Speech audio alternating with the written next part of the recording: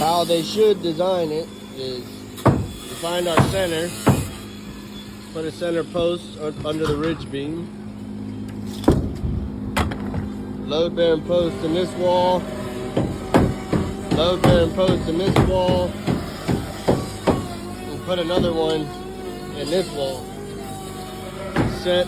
Center right here on these doubles, post up under the ridge, gable frame.